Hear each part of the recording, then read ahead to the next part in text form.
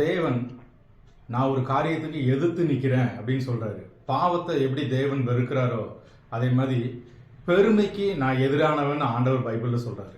நீங்க 1 பேதுரு 5வது அதிகாரம் 5வது வசனம் பார்த்தீங்க அப்படின்னா அதுல வசனம் செகண்ட் போர்ஷன்ல சொல்லுது, பெருமை உள்ளவனுக்கு தேவன் எதிர்த்து நிற்கிறார், தாழ்மை உள்ளவனுக்கு கிருபை அளிக்கிறார். அப்போ அந்த பெருமை நம்மளுக்கெல்லாம் பார்த்தீங்க அப்படின்னா வாழ்க்கையை பற்றி பெருமை, நம்மள்ட்ட இருக்கிற பணங்களை குறித்து நம்மளுக்கு பெருமை, நம்ம அழகை பற்றி பெருமை, நம்மளுடைய திறமையை குறித்து பெருமை, நம்ம படிப்பை குறித்து பெருமை, நம்மளுடைய பேக்ரவுண்டு இன்ஃப்ளூன்ஸை குறித்து பெருமை, நிறைய பெருமைக்காகவே நிறைய பேர் வாழ்கிறாங்க. இந்த பெருமை நம்மளை சிறுமைப்படுத்தும் அப்படின்னு பைபிள் சொல்லுது. அப்போ அந்த பெருமையை விட்டு விடுறது தான் ரொம்ப நல்லது.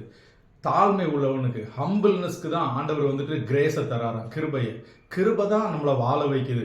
அப்போ நம்ம வாழ்க்கையில் இது வரைக்கும் நம்ம வாழ்க்கையில் பல கஷ்டங்களை அனுபவிக்கிறோம், வேதனை அனுபவிக்கிறோம். ஒரு முன்னேற்றத்துக்கு நம்ம முயற்சி பண்ணுறோம், ஆனால் பின்னேற்றத்துக்கு வந்துடுறோம். வாழ்க்கையில் நிம்மதி இல்லாத அனுபவம் இதெல்லாம் எங்கேருந்து வருது தெரியுமா? நம்மளுக்குள்ள இருக்கிற அந்த பெருமை தான் இதெல்லாம் நம்மளை உண்டாக்குது. இன்னைக்கு இந்த பெருமை நம்மளை விட்டு எடுத்து போட்டுருவோம். இந்த பெருமை நம்மளை வாழ வைக்காது, தாழ்மை தான் நம்மளை வாழ வைக்குமா, அவரோட கிருபை நம்ம பெற்றுக்கொள்வோமா? இன்னைக்கு உங்க பெருமையிலிருந்து வெளியே வந்துருங்க. ஆண்டவர் உங்களை ஆசீர்வதிச்சு வாழ வைப்பாரு. God bless you.